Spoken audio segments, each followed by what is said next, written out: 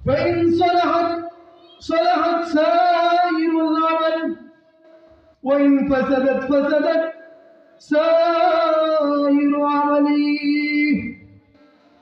رسول করিম সাল্লাল্লাহু আলাইহি ওয়াসাল্লাম সহিহুল জামির 2573 নম্বর হাদিসের মধ্যে বলেন, আউয়ালু মা ইউহাসাবু ইয়াওমাল কিয়ামাতি আস-সালাহ।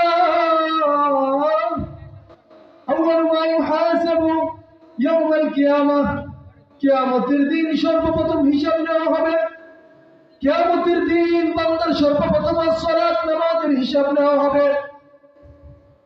কিয়ামতের ময়দানে যখন বান্দার নামাজের হিসাব নেওয়া হবে, ফাইন সালাহাত সাইরুল আমাল।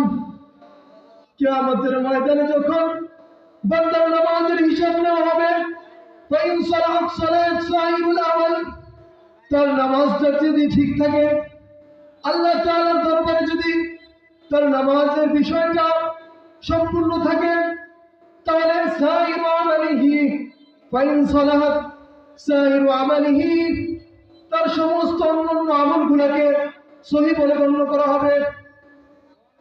ওয়াইন ফাসাদাত সাইরু আমালিহি, কিয়ামতের ময়দানে, হাশরের ময়দানে যদি বান্দার নামাজ ঠিক মতো হিসাব দিতে না পারে বান্দা, ওয়াইন ফাসাদাত সাইরু আমালিহি, তাহলে তার অন্য যে সমস্ত ইবাদত আছে ওই হিসাবগুলো কঠিন হয়ে যাবে, ওই হিসাবগুলো বাতিল বলে গণ্য হবে।